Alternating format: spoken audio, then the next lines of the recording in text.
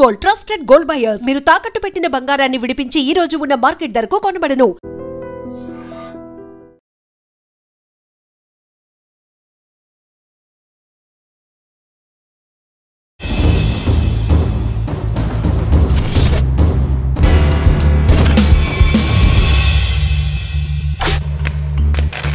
ఆయన ప్రజల్లో చైతన్యం తేవడంతో పాటు దాడులు ప్రతిదాడులు చేసేవారు. ముఖ్యంగా మహారాష్ట్రలో గచ్చిరౌలి ప్రాంతంలో ఆయన 3 సార్లు ఎన్కౌంటర్లు తప్పించుకుంది.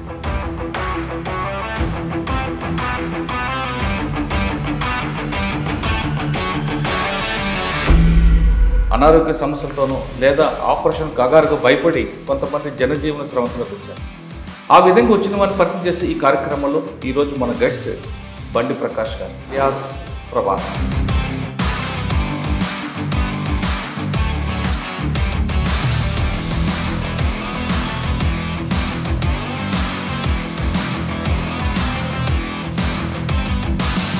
బండి ప్రకాష్ గారు ఎందుకు అడుగుబాటు పట్టారు?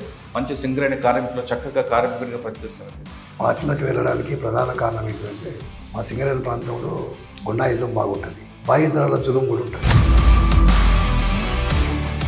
తర్వాత అదే టైంలో ఏంటంటే పెద్ద శంకర్ ఎన్కౌంటర్ అయింది.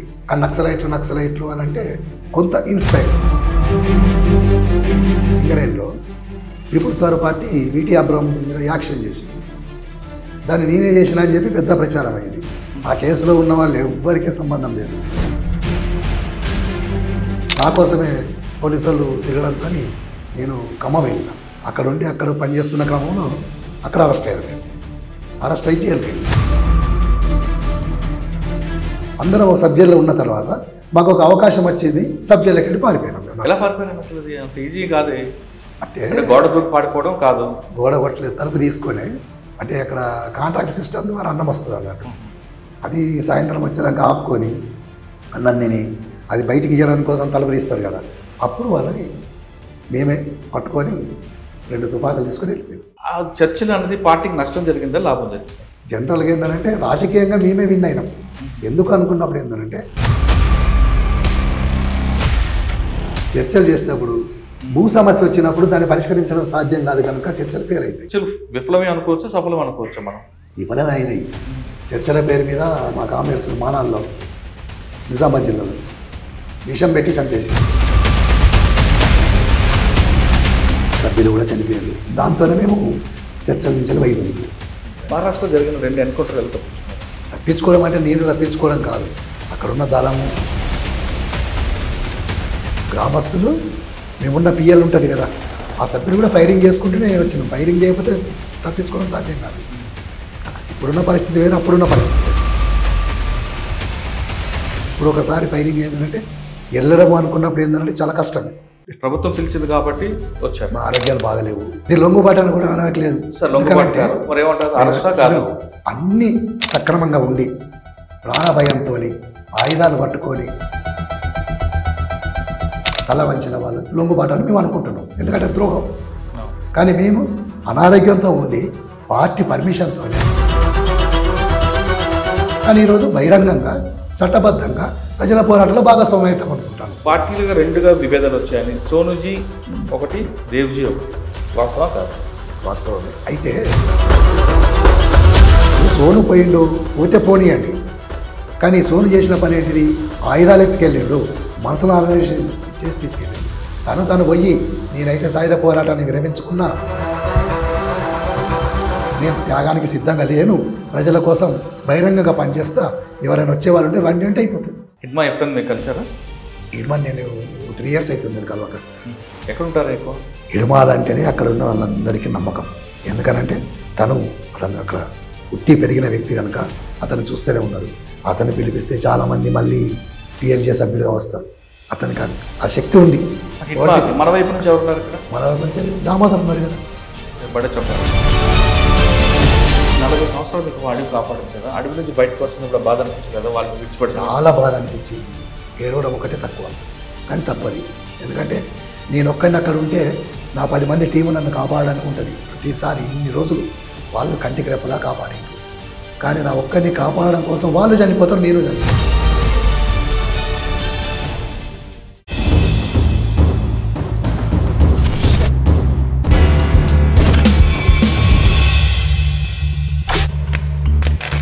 Welcome to iDream. గతంలో గ్రామాల్లో ఉన్న పరిస్థితి ప్రభావంతోనో లేదా సమాజానికి సేవ చేయాలని కొంతమంది యువకులు అడవిబాటు పట్టారు. అడవిబాటు వెళ్ళిన తర్వాత వాళ్ళు ఎండనక వాననక చలనక అడవిలోనే ఉండి బడుగు బలహీన వర్గాలకి, పేదలకి, ముఖ్యంగా ఆదివాసీల అభివృద్ధి కోసం వాళ్ళు త్యాగాలు చేశారు. ఒకవైపు పోలీసులు, మరోవైపు క్రూరమృగాల మధ్యన వాళ్ళు అడవిలోనే ఉండి వాళ్ళకు కావాల్సిన సౌకర్యాలు కానీ, వాళ్ళకు కావాల్సిన త్యాగాలన్నీ, వాళ్ళకు కావాల్సిన అన్నీ కూడా విడిచిపెట్టి నిరంతరం వాళ్ళు కృషి చేశారు. అటువంటి వాళ్ళు కొంతకాలం తర్వాత పార్టీలో విభేదాల మేరకు, లేదు అనారోగ్య సమస్యలతోనో లేదా ఆపరేషన్ కగారుకు భయపడి కొంతమంది జనజీవన స్రవంతిలోకి వచ్చారు. ఆ విధంగా వచ్చిన వారిని పరిచయం చేసి ఈ కార్యక్రమంలో ఈరోజు మన గెస్ట్ బండి ప్రకాష్ గారు, యాస్ ప్రభాస్. బండి ప్రకాష్ గారు సింగరేణి కార్మిక సమైక్యలో నాయకుడు. బండి ప్రకాష్ గారి పేరు చెప్తే బెల్లంపల్లి, సిర్పూర్, కాగజ్నగర్, ఆదిలాబాద్ జిల్లాల్లో అప్పట్లో ఉన్న పోలీసులకి, నాయకులకి కొంచెం భయం ఉండేది. ఆయన ప్రజల్లో చైతన్యం తేవడంతో పాటు దాడులు, ప్రతిదాడులు చేసేవారు. ముఖ్యంగా మహారాష్ట్రలో గచ్చిరౌలి ప్రాంతంలో ఆయన 3 సార్లు ఎన్కౌంటర్ను తప్పించుకున్న వ్యక్తి. ఆయన ఒక కార్యక్రమం చేస్తే మిలిటరీ ఆపరేషన్ కానీ వ్యూహంలో మాత్రం ముందుంటుంది బండి ప్రకాష్ గారు చేయి. అటువంటి వ్యక్తిని అడిగి ఎందుకు బయటకు వచ్చారు, అంతకాలం త్యాగం చేసిన తర్వాత అనుకున్న లక్ష్యాన్ని సాధించారా లేదా అనే విషయాన్ని అన్నని తెలుసుకుందాం. అన్న నమస్తే. నమస్తే.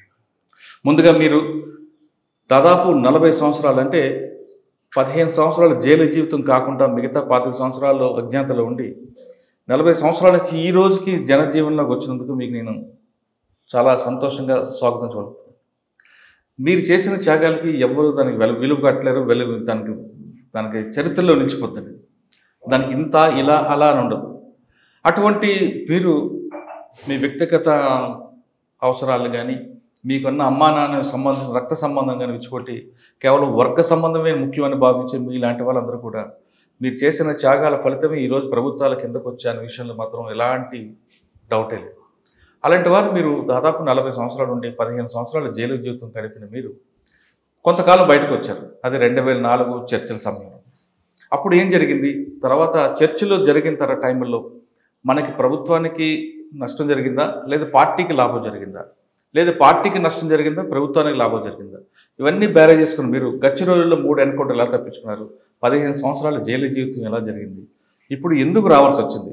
అంటే ఒకవైపు పార్టీని మనం లీగలైజ్ చేద్దామనే ఒక తీర్మానం వస్తే, సోను లాంటి వాళ్ళు మాత్రం లేదు సాయుధ పోరాటం పక్కన పెడతామంటే, దేవిజీల మాత్రం లేదు సాయుధ పోరాటం చేయాల్సిందని 2 వర్గాలుగా విడిపోయిన పార్టీని మీరు ఏ వర్గాన్ని సపోర్ట్ చేశారు, ఏ వర్గంతో వచ్చారు?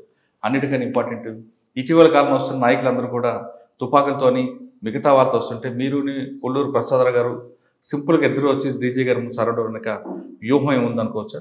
ఈ ప్రశ్నలకు అందరినీ సమాధానం చెప్పే ముందు బండి ప్రకాష్ గారి కుటుంబ నేపథ్యం, బండి ప్రకాష్ గారు ఎందుకు అడవిబాటు పట్టారు? మంచి సింగరేణి కార్మికులు, చక్కగా కార్మికుడిగా పనిచేస్తారు. మీరు పార్టీలోకి వెళ్ళడానికి ప్రధాన కారణం ఏంటంటే, మా సింగరేణి ప్రాంతంలో గుండాయిజం బాగుంటుంది, తర్వాత బాధితుల జులుం కూడా ఉంటుంది. ఇది మా కళ్ళం కంటే ఎప్పుడు కనబడతా ఉంటుంది. ఏంటి గుండాయిజం ఉండు, బాధితుల జులుం. గుండాయిజం అప్పుడులో ఉంటుందా? ఉంది, చాలా గుండాయిజం ఉంది. తర్వాత అదే టైంలో ఏంటంటే పెద్ద శంకర్ ఎన్కౌంటర్ అయింది 92లో, 82లో. ఆ తర్వాత ఏంటంటే మొత్తం పోస్టర్స్ వేసిండ్రు. అప్పటికి మాకు పార్టీ సంబంధం లేదు. కానీ నక్సలైట్లు అని అంటే కొంత ఇన్స్పైర్, మేము కూడా అట్లయితే ఇక్కడ గుండాల మీద దాడులు చేయొచ్చు. అంటే మీ ప్రధానంగా పార్టీ వెళ్ళడానికి గుండాయిజము, బాధితుల జులుం.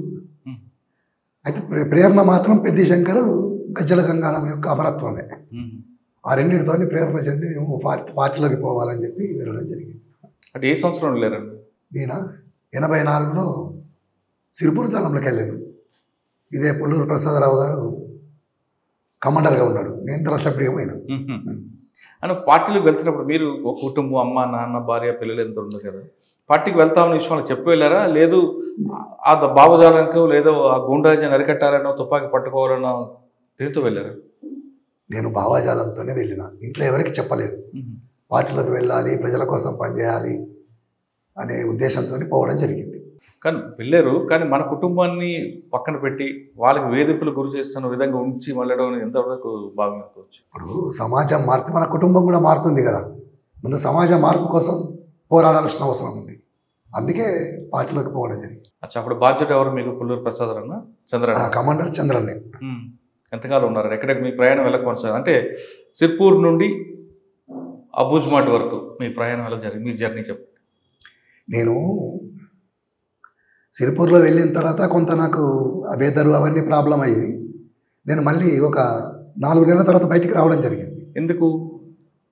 అక్కడ వాతావరణము దానికి కొద్దిగా తట్టుకోవడం కష్టం అనిపించింది. అడవిలోనా అనిపించి బయటకు వచ్చేసాను. బయటకు వచ్చి సింగరేణిలోనే పనిచేస్తాము అని చెప్పి అనుకున్నాను. ఆ టైంలో ఏంటంటే సింగరేణిలో పీపుల్స్ వార్ పార్టీ వీటీ అబ్రహం మీద యాక్షన్ చేసింది. దాన్ని నేనే చేసిన అని చెప్పి పెద్ద ప్రచారం అయింది. ఆ కేసులో ఉన్న వాళ్ళు ఎవ్వరికీ సంబంధం లేదు. అది పార్టీ, రహస్య పార్టీ, పీపుల్స్ వార్ పార్టీ చేసింది. మేము సీకాస అనేది అదొక ట్రేడ్ యూనియన్. అవును, సింగరేణి కార్మిక సమైక్య అది ఒక ట్రేడ్ యూనియన్. ఆ ట్రేడ్ యూనియన్లో పనిచేస్తూ ఉండేది. అంటే పోస్టర్స్ చేయడము, వాల్ రైటింగ్ చేయడము, బస్తీ క్యాంపెయిన్స్ చేయడము, ఇలాంటివి చేస్తూ ఉండేది. అట్లా మేము అక్కడికి వచ్చిన తర్వాత ఈ కేసు గురించి నా కోసమే పోలీసు వాళ్ళు తిరగడంతో నేను ఖమ్మం వెళ్ళినాం, కొత్తగూడెం. అక్కడ ఉండి అక్కడ పనిచేస్తున్న క్రమంలో అక్కడ అరెస్ట్ అయ్యాను. నేను అరెస్ట్ అయ్యి జైలుకి వెళ్ళినా, వరంగల్ జైలుకు. వరంగల్ జైలుకి వెళ్ళిన తర్వాత 88లో మా కేసు ట్రయల్ ఉండేది. ట్రయల్ కోసం ఆదిలాబాద్ సబ్ జైలుకి వెళ్ళినాం. అదే కేసులో కామ్రేడ్ ఎండి ఉషన్ కూడా అరెస్ట్ అయ్యి నిజామాబాద్ జైల్లో ఉన్నాడు. ఎవరు? ఎండి ఉషన్. తను కూడా ఏంటంటే ట్రయల్కి వచ్చిండు అక్కడికి. తర్వాత కరీంనగర్ జైల్లో ముంజాబ్ రత్నయ్య ఉన్నాడు. తర్వాత హైదరాబాద్లో రామ్నగర్ కుట్ర కేసులో అరెస్ట్ అయ్యి కామ్రేడ్ శ్యామన్ ఉన్నాడు, అంటే నల్లాద్రి. వీళ్ళ కేసు కూడా ట్రయల్ ఉంది. వీళ్ళతో తపాలపూర్ పీతాంబరావు కేసు, మాధవ్ వీటీ అబ్రహం కేసు. అట్లా మేము అందరం ఒక సబ్ జైల్లో ఉన్న తర్వాత మాకు ఒక అవకాశం వచ్చింది. సబ్ జైల్లోకి వెళ్ళి పారిపోయినాం మేము నలుగురు. ఏ జైలు నుంచి? ఆదిలాబాద్ సబ్ జైలు నుంచి పారిపోయారు. అంటే పోలీసు ఉంటారు కదా, జైలు వార్డు ఉన్నారు, అందరూ ఉన్నారు. ఇక మా రాష్ట్ర కార్యదర్శి ఉన్నాడు కదా అక్కడ ప్లాన్ చేయడానికి. అట్లా ఎలా పారిపోయారు అసలు? అది అంత ఈజీ కాదే. అంటే గోడ దూకి పాడిపోవడం కాదు, గోడ కొట్టలేదు, తలుపు తీసుకొని. అంటే అక్కడ కాంట్రాక్ట్ సిస్టమ్ ద్వారా అన్నం వస్తుంది అన్నట్టు. అది సాయంత్రం వచ్చేదాకా ఆపుకొని అన్నం తిని అది బయటికి ఇవ్వడానికి కోసం తలుపు తీస్తారు కదా, అప్పుడు వాళ్ళని మేమే పట్టుకొని 2 తుపాకులు తీసుకొని వెళ్ళిపోయాం. ఎంతమంది? నలుగురం. ఆదిలాబాద్ జైలు పారిపోకముందు మీరు వరంగల్ జైల్లో ఉన్నారు. వరంగల్ జైల్లో కూడా హంగర్ స్ట్రైక్ చేయడానికి ఆ జైలు అంటే ఖైదీల సమస్యలు కదా, అట్లేం లేదు. అక్కడ నాయకులు ఉన్నారు, చాలా పెద్ద పెద్ద నాయకులు ఉన్నారు. అప్పుడు ఆ జైల్లో చాలా పెద్ద నాయకులు ఉన్నారు. మన అమరుడు సంతోష్ రెడ్డి కూడా ఉన్నాడు ఆ జైల్లో. మీరు ఎక్కువగా అట్లేం లేదు. ఇప్పుడు అందరం కలిసి చేస్తాము, ఒకరి ద్వారా ఏది సాధ్యం కాదు. అందరు లేకపోతే అది. అంటే వరంగల్లో హంగర్ స్ట్రైక్ చేయడానికి కారణం ఏంటి? ఖైదీల సమస్యల కోసము. తర్వాత ఏంటంటే జైలు అధికారులు ఖైదీలను విచ్చలవిడిగా కొట్టడము, సింగిల్ సెల్స్లలో వేయడము, తర్వాత మనకు రావాల్సిన రేషన్ గురించి, తర్వాత కొన్ని ఇంకా స్పెషాలిటీస్ కల్పించాలని చెప్పి, అంటే జైలు మాన్యువల్ అమలు చేయాలని చెప్పి అట్లా మనం చేయడం జరిగింది. అక్కడి నుంచి వరంగల్ ఆదిలాబాద్ జైల్లో సబ్ జైలు కలవడం, బయటికి రావడం. బయట జైలు నుంచి బయటకు వచ్చి అజ్ఞాతం వెళ్ళిపోయారా? మళ్ళీ జైలు నుంచి బయటకు వచ్చినాక నేను మంగిదళంకి వెళ్ళినా. మంగిదళంలో అప్పుడు గంధం రామస్వామి సాగర్ అనే పేరుతో కార్యదర్శి ఉన్నాడు. అతను ఎఫ్ఎల్సి మెంబర్ కూడా. తనతో కొద్దిగా ఘర్షణ వచ్చి నేను మళ్ళీ సింగరేణికి వచ్చిన పనిచేద్దామని. వచ్చిన తర్వాత ఏమైందంటే సింగరేణిలో పరిస్థితులు చాలా సీరియస్గా ఉన్నాయి, ఇక్కడ చేయడం కష్టం అని చెప్పి నేను హైదరాబాద్ వచ్చిన. హైదరాబాద్ వచ్చిన తర్వాత ఇక్కడి నుంచి నేను శ్యామన్నకు ఉత్తరం రాసిన. నేను ఇట్లా పార్టీలో మళ్ళీ చేయాలనుకుంటే ఇట్లా జరిగింది. వెళ్ళారు వచ్చారు సింగరేణిలో పని చేయాలనే ఉంది. కానీ అక్కడ సింగరేణి కాడికి వచ్చే వరకు ఏంటంటే పరిస్థితులు సీరియస్గా ఉండడం, అనుకూలంగా లేకపోవడం, దాంతో తర్వాత అక్కడ ఉన్న నాయకులు కలవకపోవడము, దాంతో ఏంటంటే ఇక్కడికి హైదరాబాద్ వచ్చినాడు. అప్పుడు ఏంటంటే శ్యామన్నకు ఉత్తరం రాస్తే తర్వాత ఏంటంటే మన వరంగల్ జిల్లా కార్యదర్శి ఉన్నాడు కదా గుండెబేన అంజన్న, పున్నం చంద్ర పేరుతో పనిచేసాడు. అతను వచ్చి కలిసిండు నాకు. కలిసి ఏపీటీ పెట్టిండు, పోవాలని చెప్పి అనుకున్నాం. అప్పటికి ఒక అతనిది మ్యారేజ్ చేయాలని చెప్పిండు. అతను మ్యారేజ్ చేసి నేను పోయి షెల్టర్లో పడుకున్నా. అక్కడ అతను ఆటో స్టాండ్ కాడ ఏదో గొడవ అయితే, సికింద్రాబాద్ మన సంగీత థియేటర్ దగ్గర గొడవ అయితే అతను పోలీసులు పట్టుకుంటే అతను తీసుకొచ్చి నన్ను పట్టించాడు. అట్లా నేను నగర టాస్క్ ఫోర్స్ పోలీసులు నన్ను పట్టుకున్నారు. పట్టుకొని అప్పుడు చెంచల్ కూడా జైలు పంపారు. అట్లా కంటిన్యూ 12 సంవత్సరాలు జైల్లో ఉన్నా. 12 సంవత్సరాలు ఇక్కడ జైల్లో. మంగిదళం పనిచేసిన టైంలో దాడులు, ప్రతిదాడులు జరిగాయి. అదే టైంలో వరంగల్ ఆర్కే కూడా ఒక ఎన్కౌంటర్ చనిపోతారు. అంటే అప్పుడు నేను లేను. లేరా? వరంగల్ ఆర్కే. కానీ సిర్పూరు డిఎస్పీ ఆఫీస్ మీద దాడి అప్పుడు కూడా నేను లేను. మన ఈయన ఉన్నారు కదా, ఆయన పేరు పాల్వాయి పురుషోత్తం గారి మీద అటాక్, అప్పుడు కూడా లేను నేను. అదంతా బయటకు వచ్చాక. ఓకే, మళ్ళీ ఇక్కడికి వచ్చారు. 12 సంవత్సరాలు జైలు జీవితం ఎలా గడిచిందన్న మీ జైలు జీవితం? అంటే చెంచలగూడ జైలు. చెంచలగూడ జైల్లో బాగానే ఉంది. స్ట్రైకులు చేసేది మాకు, అంటే మాన్యువల్ అమలు చేయడం కోసం ఖైదీల సమస్యల మీద అట్లా కొన్ని జైలు అధికారులు కూడా కల్పించారు. కానీ జైల్లో ఉన్నప్పుడు అమ్మా నాన్న ఎప్పుడు వచ్చారా? రాలేదు. మీకు మర్చిపోయారా వాళ్ళు? అమ్మ నాన్న రాలేదు, తమ్ముడు వచ్చేవాడు. తమ్ముడు వస్తే ఒకసారి తమ్ముడిని మాయం చేసిండ్రు.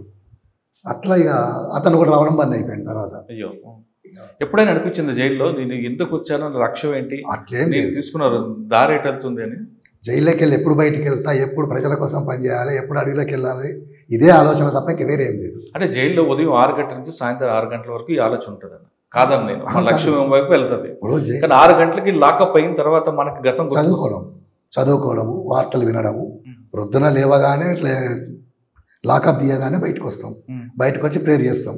తర్వాత కాలకృత్యాలు పెట్టి తీసుకున్న తర్వాత బియ్యం ఏరడము, వంట చేసేవాళ్ళు వంట చేస్తారు, పేపర్లు వస్తాయి, పేపర్లు చదవడము, పేపర్లు చదివిన తర్వాత రోజు క్లాస్ ఉంటుంది, పొలిటికల్ క్లాస్. ఆ పొలిటికల్ క్లాస్ వింటాము. తర్వాత 12 గంటలకు మళ్ళీ భోజనం వస్తుంది. 2 గంటల వరకు మళ్ళీ చదువుకోవడము, రాసుకోవడము, అంటే చదువు రాని వాళ్ళు రాసుకోవడము, చదివి వచ్చిన వాళ్ళు చదువుకోవడము. 4 గంటలకు వాలీబాల్ ఆడుకోవడము. 4 అయిపోయిన తర్వాత 5 గంటలకు అన్నం తినడము. మళ్ళీ 6 అయిన తర్వాత మళ్ళీ ప్రేయర్ చేసి లాకప్ కావడం. లాకప్ అయిన తర్వాత ఎవరిది వాళ్ళు చదువుకోవడం, లేకపోతే వార్తలు టీవీ వార్తలు వస్తాయి కదా, టీవీ వార్తలు వచ్చిన తర్వాత ఎవరు వాళ్ళు చదువుకోవాలి. 9 అయిందంటే ఎక్కడ వాళ్ళు అక్కడ పడుకోవాలి. అంతే. 10 సంవత్సరాల తర్వాత జైలు నుంచి బయటకు వచ్చారు. జైలు నుంచి బయటకు రాగానే తమ్ముడు వచ్చాడా లేదా మన పార్టీ వాళ్ళు వచ్చారా? తమ్ముడు వచ్చిండు, పార్టీ వాళ్ళు. తిరిగి ఇంటికి వెళ్ళారా లేదా అడవిలోకి వెళ్ళారా? నేనా చర్చల కాలం అంతా ఇక్కడే ఉన్నాను. 2004 టైం ఇక్కడే ఉండి తర్వాత వెళ్ళిపోయాను. నేను ఇంటికి పోలే. చర్చలు మీరు ప్రభుత్వానికి పార్టీ మధ్య చర్చలో మీరు కూడా కొంత మీ షేర్ అంటే మేము ముగ్గురము నిర్వహణ కమిటీ. ఎవరెవరు? నేను, డప్పు రమేష్, గంగన్న అంటే నూనె నరసింహరెడ్డి. మేము ముగ్గురము. అంటే ఇక్కడ కొన్ని స్తూపాలు కట్టించడము, తర్వాత స్టేజీలు అరేంజ్ చేయడము, జనార్దన్ మండలి ప్రోగ్రామ్స్ ఇప్పించడము, అంటే మొత్తం సిటీ మొత్తంలో అట్లా చేయడము. తర్వాత వచ్చిన వాలంటీర్స్కి వాళ్ళని సదుపాయాలు చూడడము, మీటింగ్ పర్మిషన్స్ కోసం పోవడము, తీసుకురావడం. ఇది మా నిర్వహణకు సంబంధించిన. అంటే మీకు ఇచ్చిన తర్వాత వీళ్ళందరూ కూడా పెద్ద దోర్నాల దగ్గర వచ్చారు. దోర్నాల దగ్గరికి మీరు వస్తారని మీకు తెలుసా ముందు? చిన్నారొట్ల నుంచి బయటకు వచ్చిన. చిన్నారొట్ల, దోర్నాల దగ్గర చిన్నారొట్ల మేము డైరెక్ట్ మేమే పోయినాం తీసుకురావడానికి. అంతే. అంటే అక్కడికి వస్తారని మీకు సమాచారం? అడవిలోకి వెళ్ళి తీసుకొచ్చినాం మేము. ఓకే, తీసుకొచ్చారు. 4 రోజులు 3 రోజులు ఉన్నట్టున్నారు కదా ఇక్కడ? ఉన్నాం ఎక్కువనే. ఇక్కడ ఫస్ట్ వచ్చిన రోజే కొంతమంది బిర్యానీ తినడంతో వ్యతిరేకం వచ్చింది. బిర్యానీ మేము ఎప్పుడు తినలేదే. నేను కూడా ఉన్నా కదా మంజీరా గెస్ట్ హౌస్. అవును, కానీ బిర్యానీ ఏం తినలేదు. మనం అడవిలో ఏం తింటామో అదే తిందాం, మనకి ఇక్కడ ఈ పట్టణ భోజనం వద్దని వ్యతిరేకించారు. అట్లా వ్యతిరేకించలేదు, కానీ బిర్యానీ కానీ లేకపోతే మటన్ కానీ తినాలంటే సండే రోజు ఒక రోజు తినాలి, అంతే తప్ప ఎప్పుడు పడితే అప్పుడు పెడుతున్నారు అని చెప్పి తినొద్దు అనేది అట్లా మేము మాట్లాడుకోం. పద్ధతి ఉంటుంది కదా దేనికైనా. ఆ పద్ధతి ప్రకారం మా లీడర్స్ ఉన్నారు కదా, మా నాయకులు చెప్తారు కదా. ఆ చర్చలు అనేది పార్టీకి నష్టం జరిగిందా లాభం జరిగిందా? ఇప్పుడు చర్చలు అంటే ఒక విధంగా ఏంటంటే చర్చలకు రావాలని చెప్పి ప్రజలు కూడా కోరిండ్రు. తుపాకులు వదిలిపెట్టద్దు, చర్చలు మాత్రం చేయాలి గవర్నమెంట్కు. ఇప్పుడు చర్చలు ఏంటిది, ప్రజల కోసం మేము పనిచేస్తున్నాం, ప్రజల కోసం మీరు పనిచేస్తున్నాం అని చెప్పి మాట్లాడుతున్నారు కదా. అందుకని ప్రజల సమస్య మీద చర్చ చేద్దాం.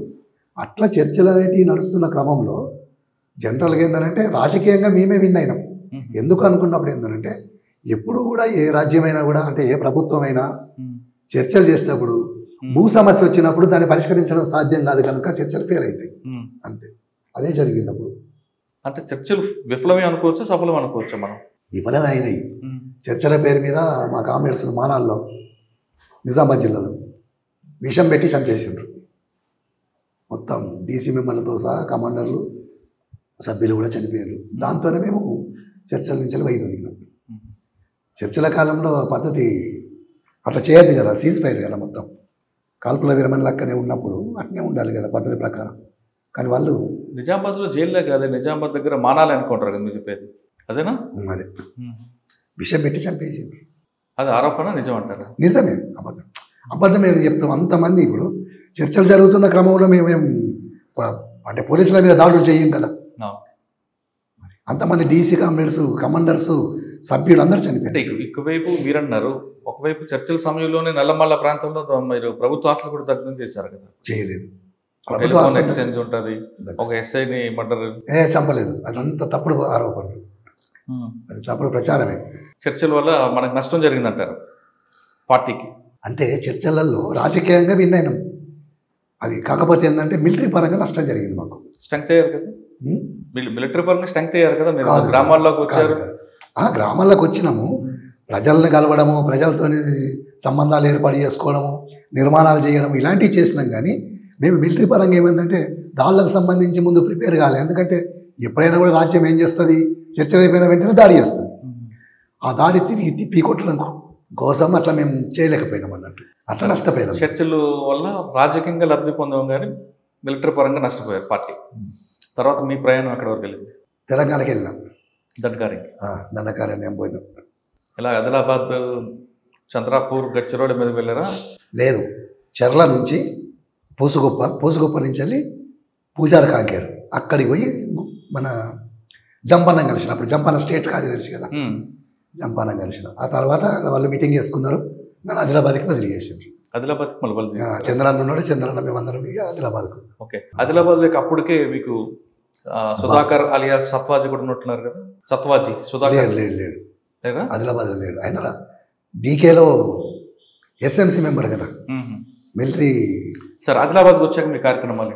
ఆదిలాబాద్కి వచ్చిన తర్వాత నా కార్యక్రమం ఏంటంటే నేను ఫస్ట్ ప్రజలతో సంబంధాలు ఏర్పాటు చేసుకోవడం, తర్వాత గ్రామాల మీద, మొత్తం గ్రామాల మీద పట్టు, తర్వాత ఫారెస్ట్ మీద, దారుల మీద ఇలాంటి పట్టు సంపాదించడం కోసం. ఎందుకంటే చాలా సంవత్సరాలు దానికి దూరంగా ఉన్నా కనుక అట్లా నేను అక్కడికి వచ్చినప్పుడు భాస్కర్లో డీసీ మెంబర్గా, కార్యదర్శిగా దానికి చంద్రన్నే ఉన్నాడు అప్పటికి. చేసిన తర్వాత మేము 2007లో తెలంగాణ రాష్ట్ర కమిటీ, అంటే తెలంగాణ అంటే ఉత్తర తెలంగాణ సబ్ జోనల్ కమిటీకి సంబంధించి మీటింగ్ జరిగింది. మీటింగ్ అంటే మహాసభనే జరిగింది. ఆ మహాసభలో మళ్ళీ ఒకసారి ఏంటంటే మళ్ళీ ఆదిలాబాద్కి వచ్చినాం. మహాసభ అయిపోయినాక వచ్చిన తర్వాత అంటే అప్పుడు పోలీసుల నిర్బంధం ఉంది కదా మీకు? ఉంది. ఎలా వచ్చారు మరి? అడవిలోకి వెళ్ళి పోతా ఉంటాం అంతా. మరి లారీలు బస్సులు వాడం కదా, నడిచిపోవడమే కనుక అడవిలోకి వెళ్ళే కదా. అట్లా మహారాష్ట్ర నుంచి వచ్చేవాళ్ళం. తర్వాత 2008లో ఆదిలాబాద్ జిల్లా రద్దు చేయడం జరిగింది. రద్దు చేసినప్పుడు నేను ఖమ్మం జిల్లాలో ఉన్నాను. అంటే ఆదిలాబాద్ జిల్లాకు ఖమ్మం జిల్లాకు వెళ్ళకముందు ఆదిలాబాద్ జిల్లా చాలా కాలం పని, అంటే 2004 నుంచి 2007 వరకు ఆదిలాబాద్ ఉన్నారు. 7 వరకు అంటే నేను తక్కువ కాలమే ఉన్నా. సరే, ఎంతకాలం ఉన్నా మీరు అనుకున్న లక్ష్యం సాధించారా? గ్రామాల్లోకి వెళ్ళడం, చేసాం. ఏ గ్రామాల్లో ఎక్కువ పట్టు సాధించారు? బంగీలు అన్ని గ్రామాలు తిరిగినాం దాదాపుగా. ఇప్పుడు అన్ని రోడ్స్ అవన్నీ అయినాయి, కానీ అంతకుముందు అవన్నీ లేకుండే కదా. రోజు ఉదయం లేచి నడడం వల్ల మీకు ఆరోగ్య సమస్యలు రాలేదా? అప్పుడైతే రాలేదు. ఇప్పుడు సమస్య ఏంటంటే ఇక్కడికి వచ్చిన తర్వాత ఆరోగ్యం చెక్ చేయించుకుందామని యశోదకి వెళ్ళినా. రోజుకి ఒక ఏరియాలో వెళ్ళాలనుకోండి, మీరు రోజుకి ఎన్ని కిలోమీటర్లు నడుస్తుంటారు? రోజుగా గంటకు 4 కిలోమీటర్లు ఫస్ట్, తర్వాత గంటకు 3 కిలోమీటర్లు అవుతుంది. అట్లా ఏరియా ఎంత దూరం ఉన్న దాన్ని బట్టి 3-4 గంటలు నడుస్తాం. అంటే రోజుకి ఎన్ని కిలోమీటర్లు? కనీసం 5-6 కిలోమీటర్లు నడుస్తారు. ఎక్కువ నడుస్తాం పరిస్థితులు. ఒకవేళ పోలీసులు ఎన్కౌంటర్లు స్టార్ట్ అయినాక, కాల్పులు స్టార్ట్ అప్పుడు 10 గంటలైనా నడవాల్సిందే. రూట్ ఎలా తెలుస్తుంది మీకు? అడవిలో రూట్ ఎలా తెలుస్తుంది? ఎటు వెళ్తాం, ఎటు వస్తాం అనేది? ఇక దాని మీద గ్రిప్ సంపాదించాలి. అందుకే నేను అన్నా కదా, దాని మీద గ్రిప్ సంపాదించడం కోసమే నేను అట్లా అక్కడ భాస్కర్తో పాటు ఉండేవాడిని. అంటే మీరు ఆదిలాబాద్ జిల్లాలో ఏ మూడు నుంచి వచ్చిపెట్టినా పాయింట్కి రాగలరు? అట్లా రావడం కోసమే కదా అట్లా ఉండేది. ఓకే, ఖమ్మం జిల్లాలో ఏంటి మీ టార్గెట్? ఖమ్మం జిల్లాలో కూడా నేను ఇదే, నా పరిస్థితి ఇదే. ఖమ్మంలో కూడా ఏంటంటే నేను చెర్ల తర్వాత అటు శబరి ఏరియాలో తిరుగుతూ ఉండేది. అక్కడ డీసీ వాళ్ళు ఉండేది, వాళ్ళతో పాటు నేను ఆ ప్రజల దగ్గర పోయేది, మీటింగ్లు చేసేది. కమిటీలు ఉంటే కమిటీలు వాళ్ళే మాట్లాడేవాళ్ళు. నేను ఆ ప్రాంతం ఎట్లా పోవడం, ఎట్లా రావడం అని చెప్పి ఆ దారులు గుర్తుపెట్టుకోవడము, ప్రజలతో సంబంధాలు ఇట్లా చేసిన. అంటే మీకు ఆదిలాబాద్ జిల్లాలో ప్రజల సపోర్ట్ ఎక్కువ ఉందా, ఖమ్మం జిల్లాలో ఎక్కువ ఉందా సార్ ప్రజల నుంచి? ఇప్పుడు ఎక్కడ పార్టీ ఉంటే అక్కడ సపోర్టే ఉంటుంది. ఆదిలాబాద్ జిల్లాలో ఇప్పటికీ పార్టీ సపోర్ట్ చేస్తారు ప్రజలు. ఎందుకంటే పార్టీ ఉంటేనే వాళ్ళకి అక్కడ చాలా అంటే సౌక, అంటే వాళ్ళు అనుకునేవన్నీ సాధించగలుగుతారు. లేకపోతే ఏమవుతుందంటే ప్రభుత్వం వాళ్ళ మీద దాడులు చేయడము, ఇప్పుడు టైగర్ జోన్ అనే పేరు మీద వెళ్ళగొట్టడము, లేకపోతే ఎస్టీలో లంబాడి వాళ్ళని కలపడము, రకరకాల సమస్యలు వాళ్ళకు. సార్ ఖమ్మం జిల్లాలో సమస్య ఏంటో? ఖమ్మం జిల్లాల సమస్య అక్కడ కూడా ఏంటంటే అక్కడ ఎస్టీ సమస్య లేదు, కానీ అక్కడ ఏంటంటే భూమి సమస్య అందరికీ. అట్లా మేము భూమి ఇప్పించడం జరిగింది చాలామందికి. అంటే పోడు భూములు, పోడు భూములు అవన్నీ వాళ్ళు కొట్టిన భూములన్నీ అట్లాంటివి చేయడం జరిగింది. మీరు భూములు ఇప్పిస్తారు, అక్కడ పని దున్నేవాడిదే భూమి అని చెప్తున్నారు, ఆ నినాదం ఇప్పించారు. కానీ అది పట్టాలు లేని భూమి, దానికోసం కూడా కొట్లాడాలి. కొట్లాడకుంటే ఏది రాదు. ఎవరైనా కూడా మనం కొట్లాడాల్సిందే. ఇప్పుడు భూమి కావాలని అప్పుడు కొట్లాడారు. అప్పుడు ప్రభుత్వ భూములన్నీ దాని అవసరం అనుకుంటే ఎర్ర జెండాలు పాతి ప్రజలందరినీ తీసుకెళ్ళి అక్కడ చెట్లు అవన్నీ కొట్టేసి మనిషికి 2 ఎకరాలు 3 ఎకరాలు 4 ఎకరాలు 2 ఎకరాలు ఇట్లా అసలు లేదు కనుక అట్లా ఇవ్వడం జరిగింది. రేపు పొద్దున మనం బలంగా ఉన్నంతసేపు నడుస్తుంది. అది మనం కొద్దిగా బలహీన పడ్డప్పుడు, అంటే ప్రభుత్వం పై చేయనప్పుడు వీటి పట్టాలు కావాలంటే మళ్ళీ ఫైట్ చేయాల్సిందే. కానీ మీరు కొట్టింది ఫారెస్ట్ భూమి కదా, అడవి భూమి. అడవి ఒక ప్రజలకు కావాల్సింది కదా, అటవీ భూమి. చూడండి, అడవి అని అంటే ఇప్పుడు చాలామందికి అర్థం కాదు ఏంటంటే అడవి భూములు అడవి కొట్టడం అని అంటే అడవిని కొట్టి మేము స్మగ్లింగ్ చేయడం లేదు డబ్బుల కోసం, వాళ్ళు బ్రతకడం కోసం మాత్రమే అడవి కొడుతున్నాం. అడవిని కాపాడేదే మేము. అక్కడ ఆదివాసులు కాపాడతారు, దానికి నాయకత్వం వహిస్తున్న మావోయిస్టులు కాపాడతారు. దాని ఏదో టేక్ కర్రలు కొట్టడము, రకరకాల కర్రలు కొట్టి వ్యాపారం చేయడము, బయటికి పంపించడము, ఇలాంటివి చేయము. అంటే మీ ఉద్దేశం మంచిదే, కానీ అడవిలోకి జనంలోకి రావడం వల్ల ఆ జంతువులన్నీ కూడా రోడ్డు మీద రావడం అదొక కాంప్లెక్స్ వస్తుంది కదా. అట్లా రాలేదు ఎప్పుడు జంతువులు.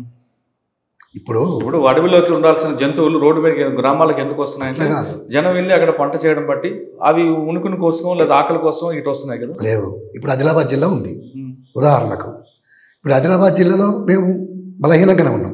వస్తాం 4 నెలలు వస్తాం, 3 నెలలు వస్తాం, లేదా ఒక్కోసారి 6 నెలలు వస్తాం, తర్వాత మళ్ళీ డీకేకి వెళ్ళిపోవడం జరుగుతుంది. కానీ ఇప్పుడు ఆదిలాబాద్లో ఉన్న అడవిలో టేక్ అంతా కొట్టేసిండ్రు, మొత్తం స్మగ్లింగ్. అంటే మీరుంటే జరిగేది కాదు. జరిగేది కాదు కదా, ఆపేవాళ్ళం కదా. మరి ప్రభుత్వం ఎందుకు ఆపలేదు దాన్ని? నక్సలైట్లను చంపాలని ఒక ఆలోచనే తప్ప మరి ఇదంతా జరుగుతుంది. మొత్తం అడివంతా నాశనం అయిపోయింది. మీరు వెళ్ళి చూడండి కావాలంటే. ఆదిలాబాద్ జిల్లా అంటే మీకు మీరు అన్న టేకు కొట్టింది, స్మగ్లింగ్ అవకాశం కల్పించింది అంటారు. కానీ ఖమ్మంలో కూడా టేకు కర్ర కొట్టనివ్వలేదు. అక్కడ ఆదిలాబాద్ జిల్లాలో ఫారెస్ట్ విలేజ్ పెరగడానికి, లేదంటే చంద్రాపూర్ నుంచి పులులు ఆదిలాబాద్ రావడం, కవ్వాల్ టైగర్స్ రావడానికి ఒక కారిడార్ ఏర్పాటు చేసింది ప్రభుత్వం. అవి మీరు చేయకపోయినా వస్తాయండి, ప్రతి సంవత్సరము వస్తాయి, మళ్ళీ వెళ్ళిపోతాయి. ప్రభుత్వం చేసేది ఏముండదు అందులో. అవి వస్తాయి కనుక దాని రూట్లో దాని నీళ్లు కావాలని చెప్పి చిన్న చిన్న మడుగులు లాంటివి తయారు చేయడము, ఇలాంటివి చేసారు. తర్వాత కెమెరాస్ పెట్టిర్రు, ఇవి వస్తున్నాయి వెళ్ళిపోతున్నాయి ఇక్కడి నుంచి వెళ్ళి. ప్రధానంగా కెమెరాస్లలో మేము కూడా పడతాం కనుక దాడులు కూడా చేస్తాను. ప్రధానం అదే వాళ్ళ ఆలోచన. అలాగా జరిగిందా సార్? ఆదిలాబాద్ జిల్లాలో, ఖమ్మం జిల్లాలో మీకు సవాల్ ఇచ్చిన పోలీస్ ఆఫీసర్ ఎవరు? అట్లా నాకు అంటే పార్టీకి ఆయన వల్ల నష్టం జరుగుతుంది ఎప్పుడైనా మీరు భావించారా? అట్లేం నష్టం అంటే ఇప్పుడు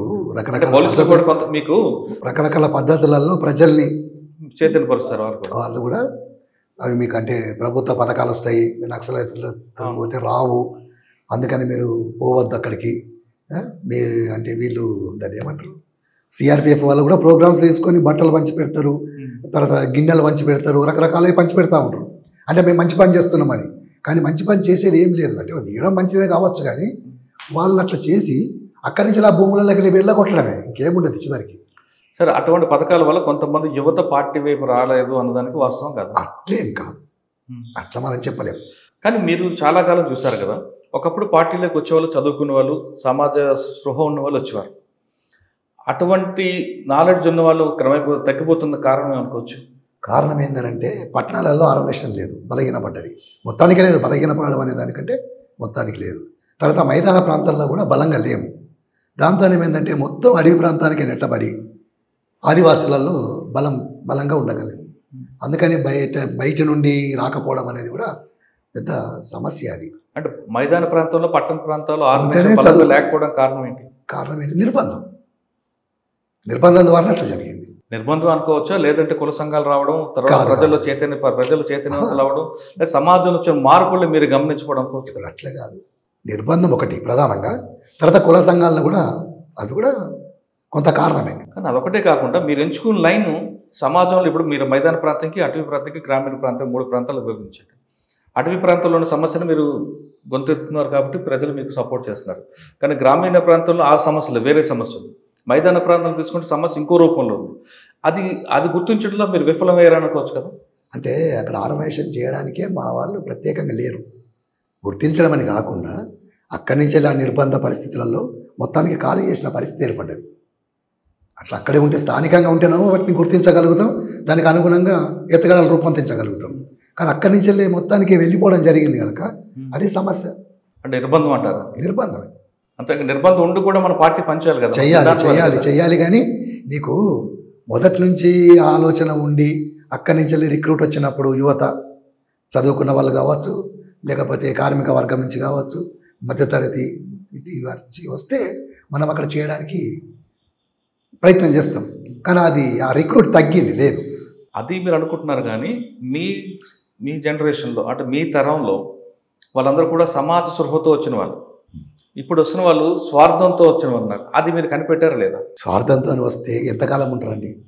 కొద్ది కాలం ఉంటారు, వెళ్ళిపోతారు. అంటే ఆ మార్పుని మీరు గుర్తించారా? గుర్తిస్తాం కానీ వాళ్ళు అట్లాంటి వాళ్ళు ఎక్కువ కాలం ఉండరు పార్టీలో.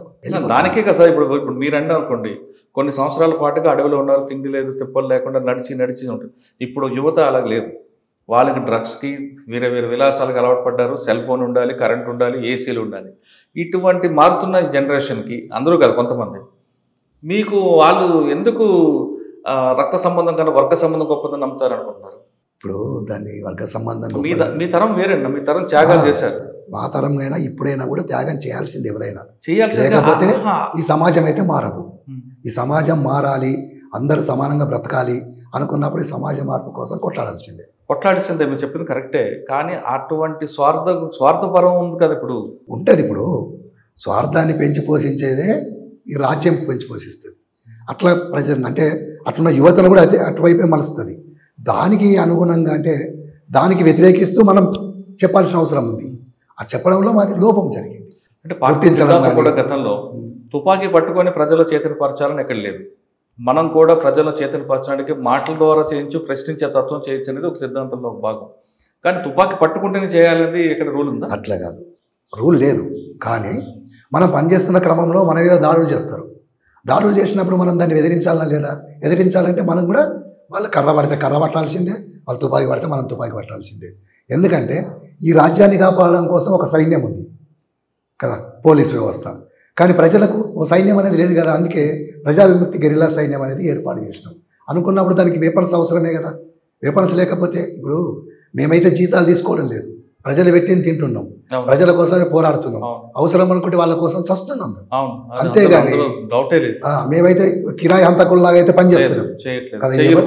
ఈ వ్యవస్థలో రాజ్యము ప్రతి ఒక్కరిని కిరాయి పోలీసు లాగా తయారు చేసింది కదా. చేసిందా లేదా మీరు చెప్పండి.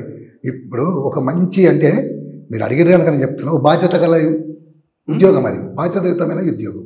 ఆ ఉద్యోగాన్ని వాళ్ళు బాధ్యతగా చేయనిస్తలేరు. చేయలేకుండా ఏం చేస్తారు? మంత్రులు, ఎమ్మెల్యేలు వాళ్ళ స్వార్థం కోసం వాళ్ళు వాడుకుంటారు. వాళ్ళు ఒకవేళ ఇది అన్యాయం అని తెలిసినా ఏమీ చేయలేని పరిస్థితి చేస్తే వాళ్ళ మీదనే పనిష్మెంట్లు అంటారు, ట్రాన్స్ఫర్లు అంటారు, ఇంకేదో డిమోట్లు అంటారు, ఏదో చేస్తారు. అందుకని వాళ్ళు ఏం చేస్తారు?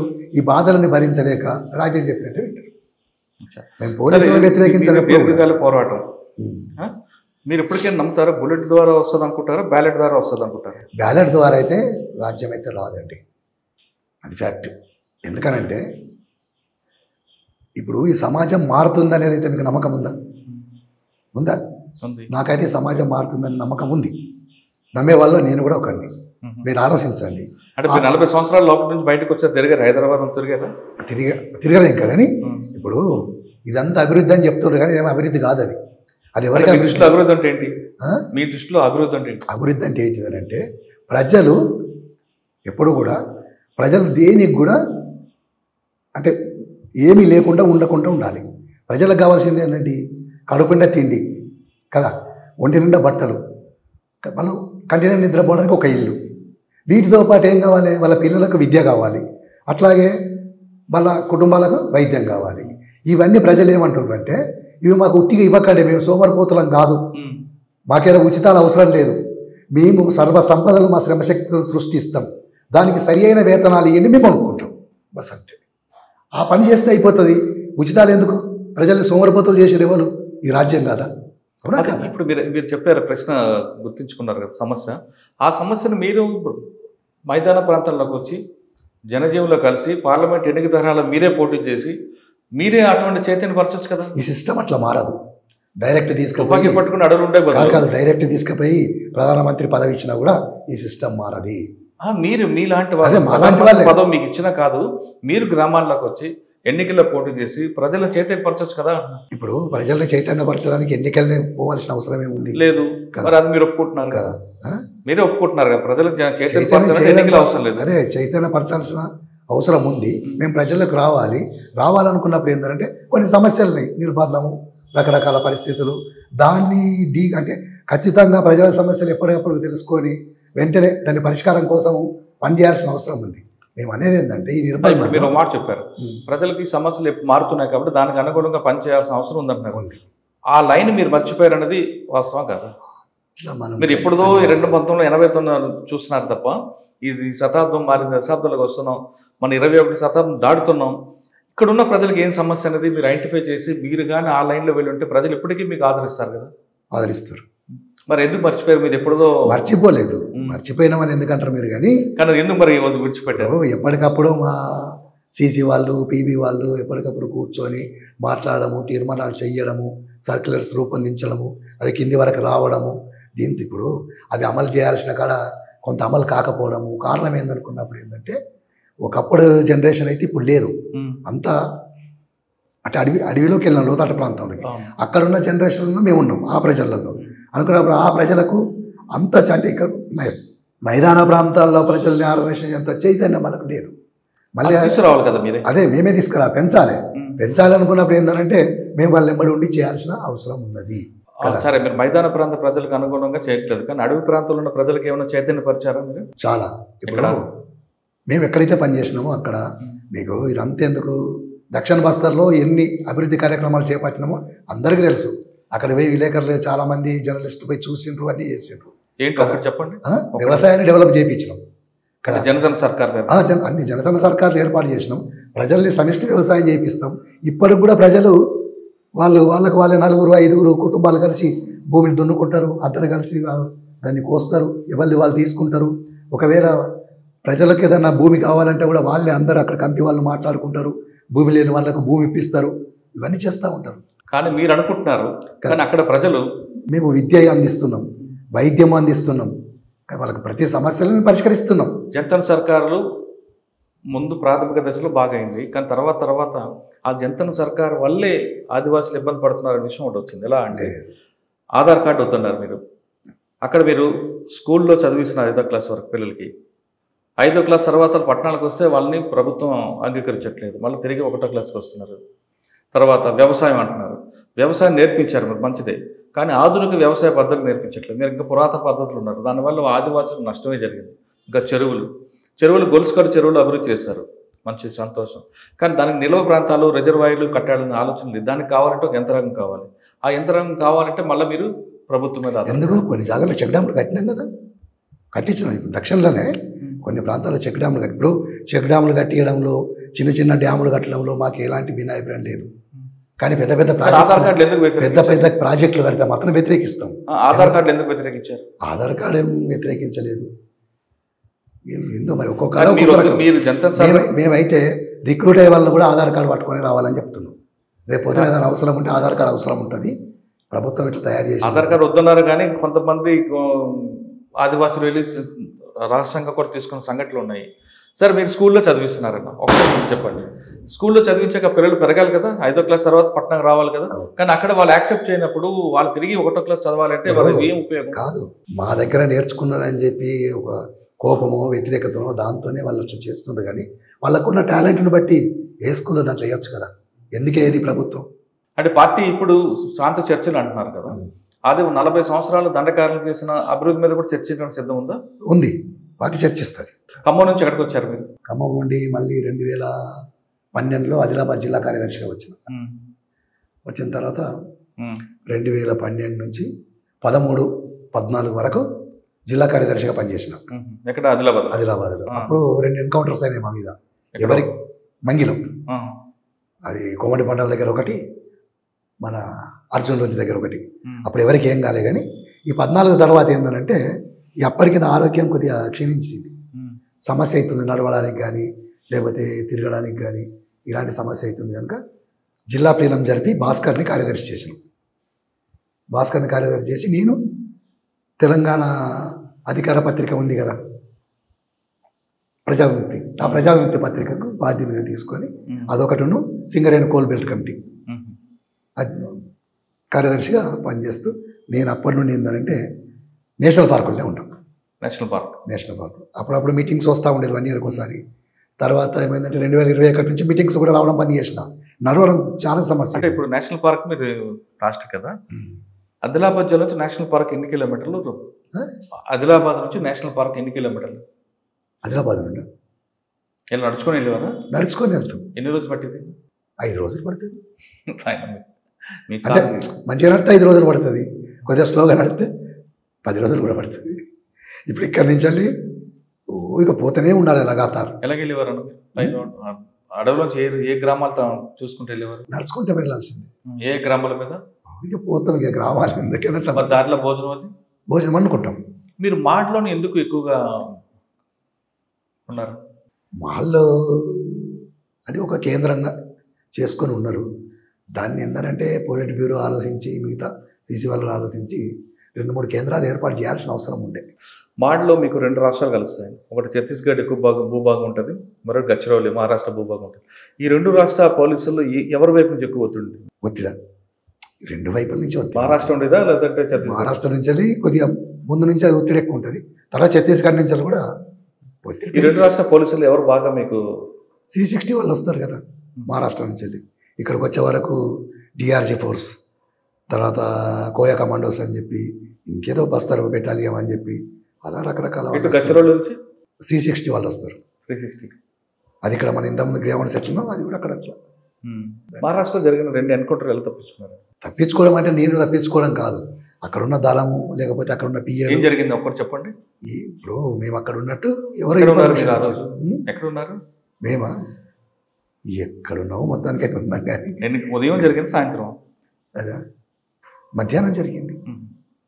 అట్లా ఇన్ఫర్మేషన్ పోయి మీ చుట్టూ 2-3 దళాలు ఉంటాయి కదా? అట్లేం లేదు.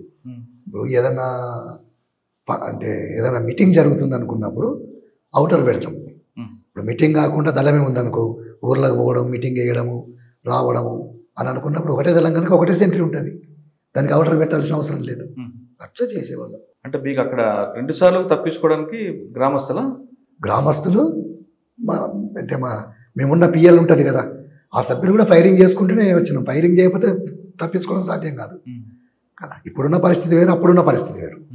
అప్పుడు ఉండేదేనంటే ఒకవైపు నుంచి వెళ్ళి పోలీసులు వచ్చేది, లేదా 2 వైపుల నుంచి వచ్చేది. ఇప్పుడు అట్లా కాదు, చుట్టుముట్టాన్ని చేసే పరిస్థితి కనుక ఇప్పుడు ఒకసారి ఫైరింగ్ ఏంటంటే వెళ్ళడం అనుకున్నప్పుడు ఏంటంటే చాలా కష్టమే. వెళ్తున్నారు కానీ బయటికి చాలా కష్టం. అన్న, ఈ సుదీర్ఘ ప్రయాణంలో మీ సహచరులు, మీ సమకాలికలు, మీకన్నా బాగా అనుబంధం ఉన్న వాళ్ళందరూ ప్రాణాలు కోల్పోయారు. చాలా మంది కోల్పోయారు. ఇప్పుడు ఏమనిపించింది? బాధ అనిపిస్తుంది. ఏమనిపిస్తుంది? మేము ప్రజల కోసం పనిచేస్తున్నాం, అసలు మమ్మల్ని ఎందుకు చంపుతుండ్రు? ఇప్పుడు చంపే వాళ్ళకైనా అర్థం కావాలి, చంపించేవాడికి క్లియర్ ఎందుకు చంపిస్తున్నాం. కానీ చంపే వాళ్ళకు మాత్రం తెలియదు. మేము ఏదో ద్రోహులమనో, లేకపోతే వీళ్ళు అభివృద్ధి నిరోధకులను, లేకపోతే వీళ్ళు ఉండడం సమాజానికి ప్రమాదమనో, ఇట్లాంటి వాళ్ళ బుర్రలో నింపుతూ ఉంటారు. కానీ వాస్తవంగా ఒక్కసారి ఆలోచించండి, మావోయిస్టు పార్టీ ఉంది. ఎవరికన్నా వేల కోట్ల రూపాయలు స్విస్ బ్యాంకులో ఉన్నాయా? 100 కోట్ల రూపాయలు బ్యాంక్ అకౌంట్లు ఉన్నాయా? లేకపోతే 1000 ఎకరాల వాళ్ళ పేర్ల మీద ఉన్నాయా భూములు? వాళ్ళు ఏమన్నా పర్యావరణం నాశనం చేస్తుండ్రా? ప్రకృతిని విధ్వంసం చేస్తుండ్రా? ప్రజల్ని నిర్వాసితులు చేస్తుండ్రా? లేకపోతే ఈ ఖనిజ సంపదలన్నింటినీ కార్పొరేట్ శక్తులకు, బహుళజాతి సంస్థలకు, సామ్రాజ్యవాదులకు అప్పగించి విదేశాలకు తరలిస్తుండ్రా? ఎందుకు చంపుతుండ్రు? ఓకే, నేను అడగండి. వీరి చేతుల్లో కూడా చాలా మంది సిఆర్పి పోలీసులు చంపారు. చనిపోయిందంటే ఒక్క నిమిషం, అంటే వాళ్ళ కుటుంబాలు ఉండవా? నేను చెప్పండి, ఎంతమందిని పోలీసులు చంపారు? చెప్పేది ఏంటంటే వాళ్ళు ఎందుకు వచ్చారు? మమ్మల్ని చంపడానికి వచ్చారు. మేము బ్రతకాలంటే ఏం చేయాలి? మేము కూడా దాడులు చేయాల్సిందే కదా. కరెక్ట్ మాట్లాడారు. అసలు మీరు తుపాకీ పట్టుకోకుండా మీరు యుద్ధం చేస్తే పోలీసుల మీద నేను ముందే చెప్పిన మాట్లాడేటప్పుడు, ఈ దోపిడీ ప్రభుత్వాలకు ఎట్లయితే వాళ్ళని కాపాడడానికి సైన్యం ఉందో, దోపిడీ సైన్యము, ప్రజలకు కూడా ఒక ప్రజా సైన్యం కావాలి కనుకనే ఆ ప్రజా సైన్యాన్ని మేము ఏర్పాటు చేస్తున్నాం. అంటే ప్రజలు మీకు ఎవరు అడిగారు సైన్యం కావాలని? ఇప్పుడు అడగలేదే. ప్రజలు అడుగుడు కాదు, ప్రజలకు సైన్యం ఉండాల్సిందే. సైన్యం ఉండాలి మీరు అంటున్నారు. వాళ్ళు ఇప్పుడు ఒక్క నిమిషం అన్న, సైన్యం ఉండాలి మీరు అంటున్నారు, కానీ మీరు పొరుగు దేశాలు తీసుకున్నా, తెలంగాణ తీసుకున్నా, కొన్ని సమస్యలు వచ్చినప్పుడు ప్రజల చేతులు తుపాకీలు లేవు, కర్రలు లేవు, కానీ వాళ్ళే రోడ్డు మీదకి వచ్చి పోరాటం చేశారు. మీకు ఉదాహరణకి శ్రీలంక అవ్వచ్చు, నేపాల్ అవ్వచ్చు, బంగ్లాదేశ్ అవ్వచ్చు, తెలంగాణ ఉద్యమం అవ్వచ్చు, ఇన్నైనా సరే దానికి ఎక్కడ సైన్యం తీసుకోలేదు. వాళ్ళ సమస్యను రోడ్డు మీదకి వచ్చి గొంతెత్తి వాళ్ళ సమస్య సాధించుకున్నారు. రేపు ఇక్కడ కూడా అట్లా జరుగుతుంది, జరగదని నేను అనను. ఎందుకంటే కొద్దిగా లేట్గా జరుగుతుంది. ఇక్కడ ఇప్పుడు శ్రీలంకలో జరిగింది, బంగ్లాదేశ్లో జరిగింది, నేపాల్లో జరిగింది. ప్రజలు తిరగబడతారు, తిరగబడి తరిమి కొడతారు. ప్రజలు తిరగబడ్డప్పుడు సైన్యం అవసరం లేదు, అప్పుడు ప్రజల సైన్యాన్ని కూడా తరిమి కొడతారు కదా. కానీ అప్పటిదాకానైతే ప్రజల్ని కాపాడుకోవడానికి అయితే సైన్యం అవసరమే కదా. వీళ్ళందరూ వస్తూనే ఉంటారు, దాడులు చేస్తూనే ఉంటారు. ఎవరి కోసం వీళ్ళు చేసేది? ఇప్పుడు మీ చేతులు చనిపోయిన వాళ్ళు కూడా మన దేశం వాళ్ళే కదా. వాళ్ళు కూడా పోలీసు మేమేమంటున్నాం, వాళ్ళు మన దేశం వాళ్ళే, మన పోలీసులే, మన రైతాంగ బిడ్డలో, కార్మిక బిడ్డలో, ఉద్యోగస్తుల బిడ్డలో, వాళ్ళు పేదవాళ్ళే. మేము వాళ్ళని చంపాలనుకోము, ఎప్పుడు కూడా మేము పోలీసులు మా శత్రువుగా భావించాము. కాకపోతే ఏంటంటే మా మీద దాడి చేయడానికి వచ్చినప్పుడు మేము తప్పుకోవాలంటే ఖచ్చితంగా చేయాల్సింది. ఓకే, చేశారు. మిమ్మల్ని చంపాలని పోలీసులు చంపాలని మేము పోలీసులు చంపాలనుకో. సరే, మీకు మీ ఆత్మరక్షణలో భాగంగా మీ ఇద్దరి మధ్యన ఆదివాసీలు వీళ్ళందరూ కూడా నలిగిపోయారు కదా. లేదు, తప్పది. ఇప్పుడు మేము ఏర్పాటు చేసిన ప్రజా సైన్యంలో మిలిషియా వాళ్ళు ఉన్నారు, కావాల్సినంత మంది మిలిషియా వాళ్ళు. వాళ్ళు అక్కడ పుట్టి పెరిగిన వాళ్ళే కదా. ప్రతి ఒక్కరు కూడా ఎర్ర సైన్యంలోకి రావడానికి సిద్ధపడతా ఉంటారు. ఇప్పుడు దాదాపుగా ఒక 6 నెలలు కర్రగొట్టను మొత్తం ఆక్రమించుకున్నది సైన్యాలు, లక్షలాది తోటాలు కాల్చిండ్రు. కానీ 6 నెలలు మరి తిండి ఎక్కడి నుంచి వచ్చింది? అన్ని 600 మందికి. ప్రజల సహకారం లేకుంటే సాధ్యమవుతుందా? ప్రజల సహకారం లేదు, మేము బాగా గెలిచినామని చెప్పి ఆత్మసంతృప్తి కోసం ప్రచారం చేసుకునే వాళ్ళు ఉన్నారు. కానీ మీరు ఇంకో క్వశ్చన్ అడిగారు నాకు, మేము ఎక్కడైనా కణజాలు దోచుకున్నామా, మా అకౌంట్ స్విస్ బ్యాంక్ అకౌంట్లో మాకు డబ్బులు ఉన్నాయని. కానీ ఇటీవల కాలంలో పార్టీ సరెండర్ అవుతున్న క్రమంలో కోట్లాది రూపాయలు విలువైన నగదు కానీ, కోట్లాది రూపాయలు విలువైన బంగారం, తుపాకులు, డంపులు ఉన్నాయని అంటున్నారు. పేపర్లు చూసి చెప్తున్నారండి. అంత డబ్బు ఉంటే చాలా బాగుండేది. ప్రజల కోసం దాచింది, మీకోసం కాదు. ఆ నిధులు అనేవి ప్రజల కోసం పోరాటంలో భాగం తప్ప మీ వ్యక్తిగత కారణాలకి, వ్యక్తిగత అవసరాలు కాదు. అన్ని 100 కోట్ల రూపాయలు పార్టీ దగ్గర లేవు, అంత బంగారం కూడా లేదు. ఎంత ఉండొచ్చు? 10-25 కోట్ల దాకా ఉండొచ్చు. నేను ఉండే అని చెప్పాను. ఆ డబ్బులన్నీ ఎక్కడ ఉంటాయి? బ్యాంకులో ఉంటాయా? బ్యాంకులో ఉంటాయి, అది వెళ్ళే ఉంటాయి. అంటే 2000 రూపాయల నోటు కనుమరుగు అయిపోయింది కదా, మరి ఎలా? ఇప్పుడు లేవు అవి మార్చేసినాం కదా. మార్చినాం అంటే ఎక్కువగా బంగారం రూపాయలు మార్చారంట, వాస్తవం? లేదు, బంగారం ఇటీవల కాలంలో వస్తున్న తుపాకులన్నీ కూడా పాత తుపాకులు, అసలు కొత్త తుపాకులు చాలా ఉన్నాయి పార్టీ దగ్గర. పాత తుపాకులు కొత్త తుపాకులు అనేది కాదు, కానీ తుపాకులు తీసుకుపోయి లొంగిపోవడం అనేది సరైనది కాదు. పార్టీ ఏం చెప్తుందంటే అనారోగ్యంతో ఉన్న కామ్రేడ్స్ కానీ, లేకపోతే వయసు పైబడ్డ కామ్రేడ్స్ కానీ బయటికి వెళ్ళండి, వెళ్ళి రహస్యంగా గడపాలి, ఉండాలి. ఒకటి, రహస్యంగా ఉండలేని వాళ్ళు బహిరంగం అవుతారు, అది వేరే విషయం.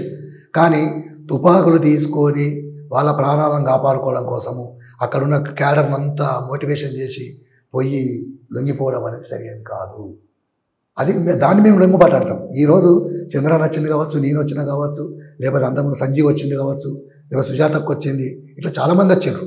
వాళ్ళందరూ వచ్చింది సరే, వాళ్ళు ఎట్లా వచ్చిండ్రా ఏందనేది కాకుండా మా ఆరోగ్యాలు బాగలేక పార్టీ బయటికి వెళ్ళాలన్నది. కానీ పార్టీ సరెండర్ కమ్మని చెప్పలేదు. ఏం చెప్పింది? రహస్యంగా ఉండాలని చెప్పింది. మేము చెప్పినాం రహస్యంగా ఉండే పరిస్థితి మాకు లేదు, మమ్మల్ని ఎవరు పెట్టుకోరు. అందుకని ఏంటంటే మేము బహిరంగం అవుతాం. ఈ ప్రక్రియ అందుకే మేము బహిరంగం అవుతాం. కాకపోతే ఏంటంటే ఒకప్పుడు రహస్యంగా పార్టీలో పనిచేస్తూ సాయుధ పోరాటం చేసినాం. మేము అప్పుడు ప్రజలనే ఉన్నాము, ఇప్పుడు ప్రజలనే ఉన్నాము. మేము జనజీవన స్రవంతిలో కలుస్తుండ్రు అంటే అది తప్పే. ఎందుకంటే అప్పుడు కూడా జనంలో ఉన్నాం కదా. జనంలో లేని వాడు వచ్చి జనంలో కలిస్తే జనజీవన స్రవంతి అవుతుంది. అయితే మేమనేది ఏంటంటే అప్పుడు రహస్యంగా పనిచేసినాం, ఇప్పుడు బహిరంగంగా పనిచేస్తాం. ఇది కూడా మన ముఖ్యమంత్రి గారు రేవంత్ రెడ్డి గారు, అట్లాగే మన ఐజీ గారు వీళ్ళు ఇచ్చిన పిలుపు మేరకు మేము వచ్చినాం. ఎందుకంటే మేము అనేది ఏంటంటే ఒకవేళ మాకు విముక్తి ప్రాంతాలు ఉంటే మేము రాకపోతాం, చనిపోయేంత వరకు అక్కడే ఉంటాం. ప్రభుత్వం పిలిచింది కాబట్టి వచ్చారు. మా ఆరోగ్యాలు బాగలేవు, అందుకని ఏంటంటే లీగల్గా ఉండి ప్రజా పోరాటంలో మేము కూడా పాలు పంచుకుంటాం, ప్రజల కోసమే పనిచేస్తాం. మీరు ఆ పిలుపు ఆహ్వానించారు, వాళ్ళు ఆహ్వానించారు, మీరు ఆస్వాదించారు, వచ్చారు, చాలా సంతోషం, దానికి కాదనట్లేదు. కానీ ఇది లొంగుబాటు అని కూడా అనట్లేదు సార్. లొంగుబాటు మరి ఏమంటారు? అరెస్టా కాదు. మేము లొంగుబాటు అనే దానికి డెఫినేషన్ ఏంటంటే మీరే చెప్పాలి. ఎందుకంటే మీరు జర్నలిస్టులు కనుక మీకు చాలా జ్ఞానం ఉంటుంది. మేము మీరు చాలా తెలియగలవాలి. కానీ ఇప్పుడు మేము అనేది ఏంటంటే అన్నీ సక్రమంగా ఉండి ప్రాణభయంతో ఆయుధాలు పట్టుకొని మిగతా వాళ్ళని కూడా మోటివేషన్ చేసి తీసుకొచ్చి రాజ్యం ముంగట తల వంచిన వాళ్ళు లొంగుబాటు అని మేము అనుకుంటున్నాం. ఎందుకంటే ద్రోహం. కానీ మేము అనారోగ్యంతో ఉండి పార్టీ పర్మిషన్తోనే బయటికి రావడం వచ్చింది. కానీ అంతకుముందు ఏంది, రహస్యంగా సాయుధంగా పనిచేసినాం. కానీ ఈరోజు బహిరంగంగా చట్టబద్ధంగా ప్రజల పోరాటంలో భాగస్వామ్యం అవుతాం అనుకుంటాను. సరే, దాన్ని సరెండర్ ఎట్లా అంటారు మీరు? ఓకే, కానీ ఈ ప్రక్రియ ఎంతకాలం పట్టిందండి? ఇక్కడ వెళ్తున్నాం, లొంగుబాటు కాదు, మేనే వెళ్ళిపోతున్నాం అని చెప్పినాం, పార్టీకి చెప్పి రావడానికి శక్తి మేరకు పనిచేసినామండి. ఈరోజు శక్తి లేదు కనుక రెండు రకాల పార్టీలు రెండు రకాలు ఉంటాయి. మార్క్సిజం, లెనినిజం, మావోయిజం సిద్ధాంత వెలుగులనే ఒకటేమో సాయుధంగా పనిచేయాల్సిందే, తర్వాత బహిరంగం కూడా చట్టబద్ధ పోరాటాలు చేయాల్సిందే. అప్పుడేమో శక్తి ఉంది, ఆరోగ్యం ఉంది, వయస్సు ఉంది. అందుకని ఏంటంటే రహస్యంగా పోయినాము, ఆయుధాలు పట్టుకున్నాము, సాయుధంగానే పనిచేసినాం ప్రజలలో. కానీ ఈరోజు ఆ శక్తి లేకపోవడము, అనారోగ్యం పాలు కావడము, దీంతో ఏంటంటే బహిరంగంగా వచ్చేసి మళ్ళీ ప్రజల్లో కూడా లీగల్గా పనిచేద్దామని చట్టబద్ధంగా. అంటే పార్టీని లీగలైజ్ చేస్తారా మీరు ఒక్కరే లీగలైజ్? మేము లీగలైజ్ అంటే చాతగాని వాళ్ళందరూ అనారోగ్యంతో బాధపడుతున్న వాళ్ళు, అట్లాగే ఏంటంటే వయసు పైబడ్డ వాళ్ళు, వాళ్ళందరూ. మీరు మార్క్సిజం, లెనినిజం చెప్పారు, ఇప్పుడు భారతదేశంలో అవన్నీ అవసరం అంటారా? ఇప్పుడు చెప్తాను, మార్క్సిజం, లెనినిజము లేదా మావోయిజానికి కాలం చెల్లిందని ఎవరు అంటుండ్రు? వాళ్ళకు వాస్తవం తెలుసు. ఇది కాలం చెల్లదు దీనికి. ఇది ఎప్పుడు నిత్య నూతనంగానే ఉంటుంది. రోజు రోజుకి ఇది అభివృద్ధి అవుతూనే ఉంటుంది. పరిస్థితులకు అనుగుణంగా ఇది మారుతూనే ఉంటుంది. సీకాసా నుండి ట్రేడ్ యూనియన్గా వచ్చిన బండి ప్రకాష్ గారు గడ్చిరోలి నేషనల్ పార్క్ ఆ ప్రాంతంలో ఎక్కువ కాలం పనిచేశారు కదా, అక్కడ కూడా కొన్ని కంపెనీలు ఉన్నాయి. అక్కడ ఎందుకు ట్రేడ్ యూనియన్ స్టార్ట్ అవ్వలేదు మరి? అక్కడ కాదు, నేను తెలంగాణ రాష్ట్ర కమిటీ, అందుకని తెలంగాణలో ఉన్నదంటే నేనంటే ఒక కేవలం బండి ప్రకాష్ గారు కాకుండా మిగతా మావోయిస్టులు కూడా చేయాల్సిందే. ఎందుకు చేయలేకపోయారు అక్కడ? అదే చేయాల్సింది. ఏమంటున్నా, చేయకపోవడానికి కారణం ఏంది అనేది అక్కడున్న కామ్రేడ్స్కు తెలిసి ఉంటుంది. అది మనకైతే తెలియదు. ఇప్పుడు మీరు బయటకు వచ్చారు మీ అనారోగ్య సమస్యతో, సరెండర్ కాదు, మీరే వచ్చి లొంగిపోయారు, ఏదైనా ఒకటి అనుకోవచ్చు. వచ్చిన తర్వాత మీకు ఇప్పుడు కూడా ఛత్తీస్గఢ్ ప్రాంతం కానీ ఒడిశా ప్రాంతంలో కానీ కొన్ని కంపెనీలు మీకు ఉద్యోగం ఇస్తామంటే మీరు వెళ్తారా? వెళ్ళరండి, నాకు చేతగానే వచ్చింది, ఇంకా నేను ఉద్యోగం ఎలా చేస్తాను? బ్రాండ్ అంబాసిడర్గా ఉండాలి. లేదు లేదు లేదు, తప్పది, అట్లా ఎన్నటికి జరగదు. తర్వాత ఖమ్మం తర్వాత ఆదిలాబాద్ తర్వాత మళ్ళీ ఒక్కటండి. ఇప్పుడు చాలామంది ఏంటంటే మార్క్సిజం, లెనినిజం, మావోయిజానికి కాలం చెల్లింది, మార్క్సిస్ట్ మహోపాధ్యాయులు చెప్పింది ఇప్పుడు పనికిరాదు అని చెప్పేది అంటుండ్రు. నిజం చెప్పాలంటే ఈ సమాజం మారుతుంది అనేది ఫ్యాక్ట్. ఎందుకనంటే ఆదిమ సమాజం నుంచి బానిస సమాజం ఏర్పడ్డది. బానిస సమాజంలో బానిస యజమానులు ఏమన్నారు? ఇదే శాశ్వతం అన్నారు. కానీ బానిస తిరుగుబాట్లు వచ్చి పెట్టుబడిదారు సమాజం వచ్చింది, ఫ్యూడల్ సమాజం వచ్చింది. ఫ్యూడల్స్ కూడా ఇదే శాశ్వతం అన్నారు. కానీ చేతి వృత్తులు డెవలప్ అయ్యి కారకాలను ఏర్పడి అప్పుడు కూడా ఏంటంటే ఈ ఫ్యూడల్ మీద తిరుగుబాట్లు చేసి పెట్టుబడిదారు సమాజం అయితే ఏర్పడింది. తర్వాత అది ఏమైంది? సామ్రాజ్యవాదంగా కూడా ఎదిగింది. కానీ పెట్టుబడిదారుల గర్భంలోనే కార్మిక వర్గం పుట్టింది, దీన్ని నాశనం చేసేది కదా. అనుకున్నప్పుడు ఏంది, మన కళ్ళం కూడా కనబడ్డది, ప్యారిస్ కమ్యూన్ ఏర్పడ్డది. అది తాత్కాలికంగానే 70 రోజులే ఉండొచ్చు, కానీ ఎన్నో మంచి తీర్మానాలు చేసిండ్రు వాళ్ళు. చుట్టూ ఉన్న పెట్టుబడిదారు దేశాలు ఏం చేసినాయి, ఇది ఇట్లాగే ఉంటే మన దగ్గర కూడా తిరుగుబాట్లు జరుగుతాయి అని చెప్పి కుట్ర చేసి 100 మందిని హత్య చేసేది, 10ల సంఖ్యలో ఊరి. మీరు అన్నట్లుగా చెప్తే వినండి, అక్కడి నుంచి వెళ్ళి అది ఆగిందా? రష్యాలో కదా లెనిన్, స్టాలిన్ నాయకత్వంలో విప్లవ విజయవంతమైంది. 30 సంవత్సరాలు విప్లవ ఫలాలు అనుభవించారు. కానీ స్టాలిన్ మరణాంతరం ఏం జరిగింది?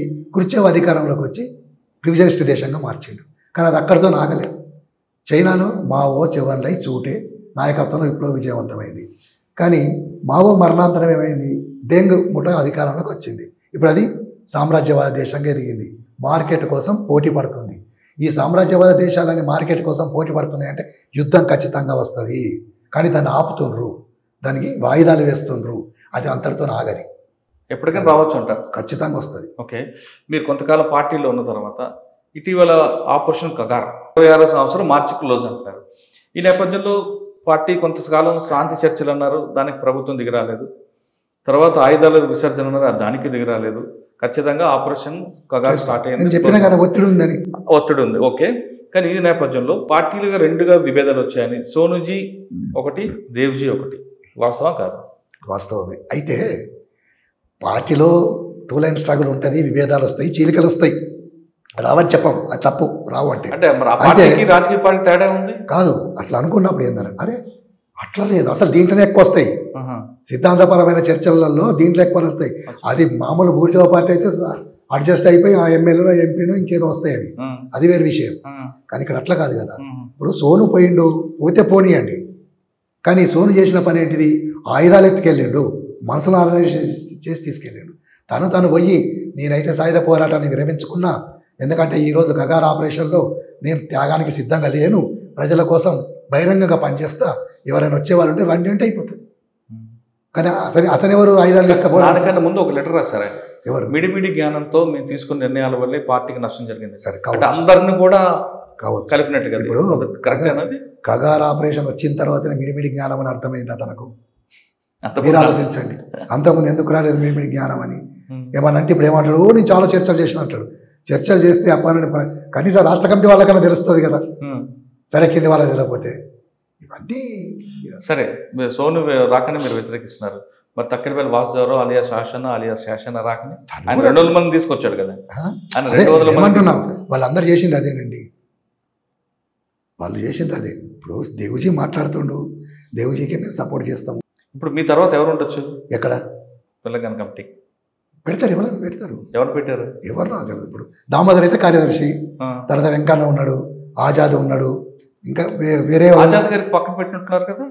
ఆజాద్ గారు పక్కన ఏం లేదు, ఒక 6 నెలలు ఎంతో ఏదో వేరే విషయాల్లో ఆయన 6 నెలలు సస్పెండ్ అయినా కూడా మళ్ళీ తీసుకుంటారు కదా. అంతే. ఆయన ఊకే గణేష్ ఇక్కడ లేడు మరి. తను ఒడిశా కమిటీలో ఉంటున్నారు. అంటే మీరు ఆయుధాలు ఎవరికి ఇచ్చి వచ్చారు అక్కడికి? మేమా నా దళానికి ఇచ్చి వచ్చాను. అక్కడ మంగు ఉన్నాడు కదా, ఆ దళం మంగుతో ఉన్నది. 40 సంవత్సరాలు మీకు అడవి కాపాడింది కదా. అడవి నుంచి బయటకు వస్తున్నప్పుడు బాధ అనిపించలేదా? వాళ్ళని విడిచిపెట్టి చాలా బాధ అనిపించింది. ఏడవడం ఒకటే తక్కువ, కానీ తప్పది. ఎందుకంటే నేను ఒక్కడిని అక్కడ ఉంటే నా 10 మంది టీము నన్ను కాపాడడానికి ఉంటుంది. ప్రతిసారి ఇన్ని రోజులు వాళ్ళు కంటికి రెప్పలా కాపాడిండ్రు. కానీ నా ఒక్కడిని కాపాడడం కోసం వాళ్ళు చనిపోతారు, నేను చనిపోతాను. నాకు అది కూడా బాగా బాధ అనిపించింది. సరే, అడవిలో మీకు చాలా సమస్యలు చూశారు, గ్రామాలు, చుట్టుపక్కల గ్రామాలు. ఇప్పుడు మీరు ప్రభుత్వంతో దగ్గర అవుతున్నారు కాబట్టి ఆ సమస్యల పరిష్కారానికి ప్రభుత్వంతో మాట్లాడడానికి ఆ సమస్యలు ఏం గుర్తించారు మీరు? ఇప్పుడు మీరున్న ప్రాంతంలో, నేను మొత్తం అడగట్లేదు, మేమున్న ప్రాంతంలో అనుకున్నప్పుడు ఏంటంటే అక్కడ ఇప్పుడు నిర్వాసిత సమస్య ఏర్పడుతుందండి. ఎందుకంటే రైలు లైన్ వేయడానికి ప్రయత్నం చేస్తుండ్రు, రోడ్స్ వేయడానికి ప్రయత్నం చేస్తుండ్రు, బయలుడీళ్ళ నుంచి వెళ్ళి అక్కడికెక్కడో మహారాష్ట్ర మొత్తం. దీంతో ఏంటంటే ఉన్న గ్రామాలన్నీ పోతాయి. ఈ గ్రామాలు పోతాయి కనుక అందుకే మూలవాసి బచావో అనే దాన్ని వాళ్ళు అక్కడ ఎస్టాబ్లిష్ చేయడం జరిగింది, టీకే కాంప్లెక్స్. కానీ దాన్ని కూడా నిషేధం పెట్టిండ్రు వాళ్ళు కదా. ఇప్పుడు దానికి సంబంధించి మేము తెలంగాణలో ఉండి అక్కడ దానికోసం మేము పోరాడతామనంటే తెలంగాణలో ఉన్న ప్రజల సమస్యల కోసం పోరాటం చేస్తాం. ఇక్కడ అక్కడ బయటికి వెళ్తే అసలు ఏం సమస్యలు ఫేస్ చేస్తుండ్రు అనే దాని మీద. ఇప్పుడు ఎప్పుడు కూడా మావోయిస్టు పార్టీ కాదు, అసలు ఈ కమ్యూనిస్టు పార్టీని ఉండద్దు, ఏది ఉండద్దు అనుకుంటే ముందు ఏం చేయాలి? దోపిడీ ఉండద్దు, అణచివేత ఉండద్దు, అసమానతలు ఉండద్దు. అప్పుడు పార్టీతో అవసరం లేదు కదా. వీటిని పరిష్కరించండి ముందు, సరిపోతుంది. సార్, మీరు అడవిలో ఉన్నారు కదా, జల్, జంగల్, జమీన్, ఈ మూడింటి మీద ఏమి లక్ష్యం సాధించారా? అట్లా కాదండి. సాధించడం అంటే కొన్నిసార్లు సాధిస్తాం, కొన్నిసార్లు మళ్ళీ ప్రభుత్వం స్వాధీనం చేసుకుంటుంది. ఎప్పుడు ఇది నిరంతరం జరిగే ప్రక్రియ, చివరికి మాత్రం ప్రజలదే అవుతుంది. ప్రజలదే రావాలనుకున్నారు, వచ్చారు, ఆయుధాలు ఇచ్చి వచ్చారు, మిగతా వాళ్ళకి కాకుండా. కానీ ఇక్కడ వచ్చిన తర్వాత మీ మీద రివార్డు కూడా తీసుకున్నారు కదా. మరి ఇప్పుడు అన్నీ ఎవరు రాస్తారు?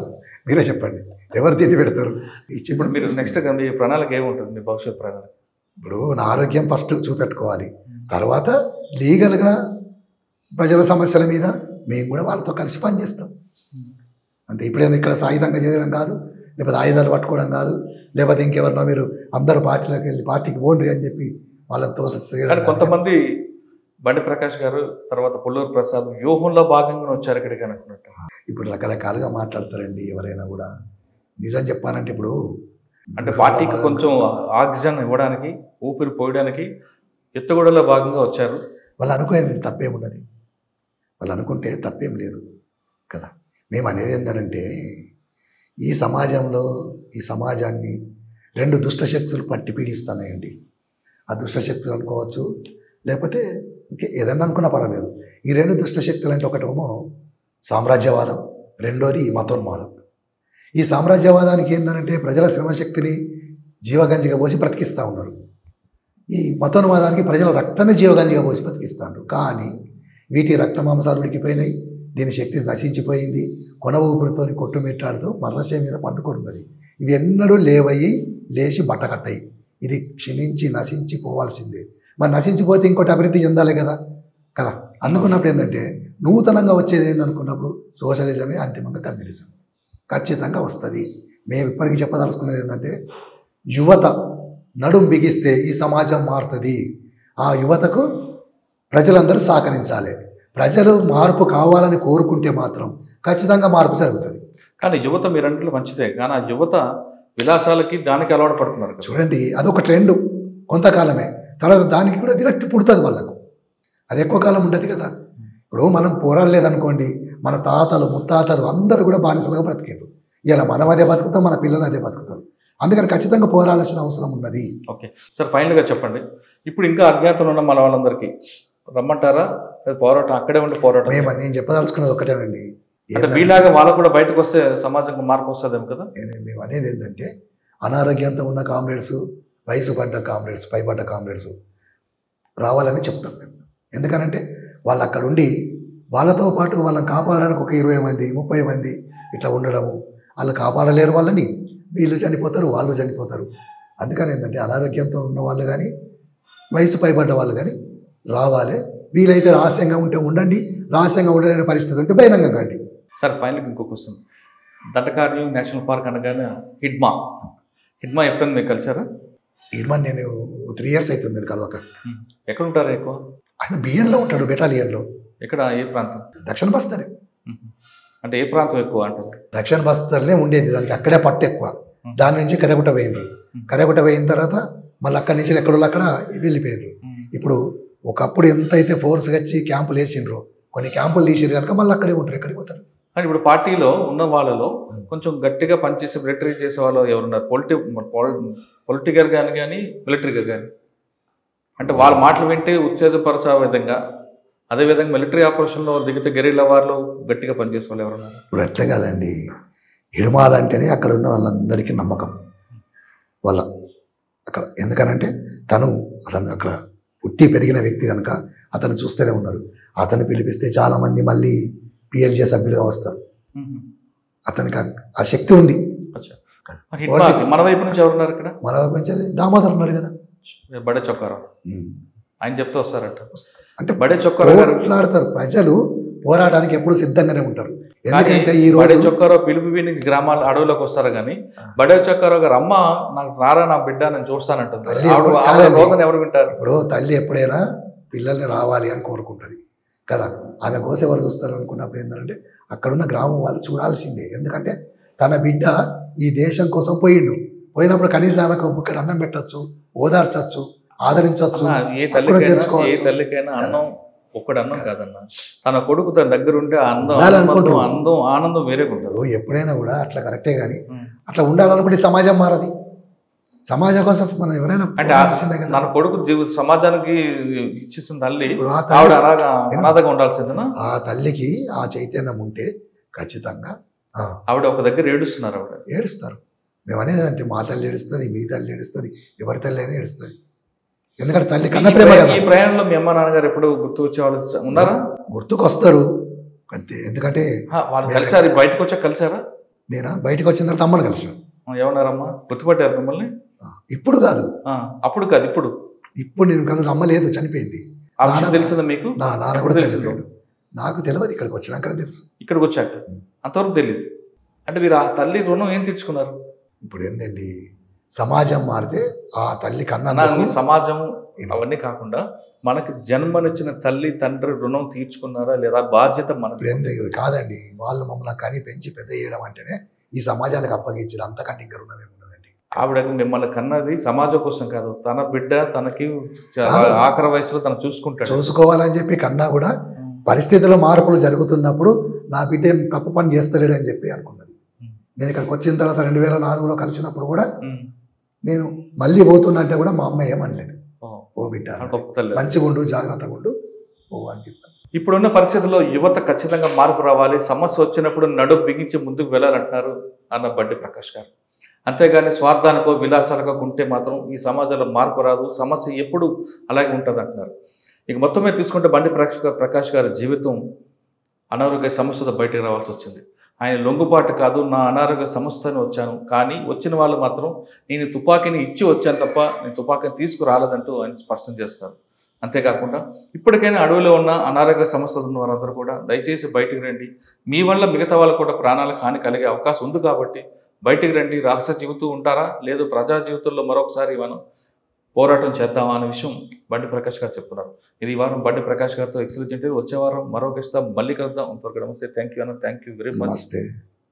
And for more videos, Please subscribe to iDream. Please subscribe to iDream. Please subscribe iDream. And please subscribe to iDream. For more videos, subscribe to iDream. please like, share and subscribe to the channel. Congratulations, iDream. Subscribe to iDream. Subscribe to iDream. So subscribe to iDream Media. iDream ki iDream team andarki huge congratulations. Please subscribe iDream Media. Please subscribe to iDream. Subscribe iDream. Please subscribe to iDream. iDream అంటే నా కళల channel subscribe చేసుకున్న నోరు తిరుగుతలేదు. మీరైతే గంట గుర్తు కొట్టండి. For more such videos, please subscribe to iDream. Subscribe to iDream. Please subscribe to iDream. Please subscribe iDream Media. Please do subscribe to iDream. Please subscribe to iDream Media. For best entertainment and information, please subscribe iDream. And don't forget to subscribe to iDream.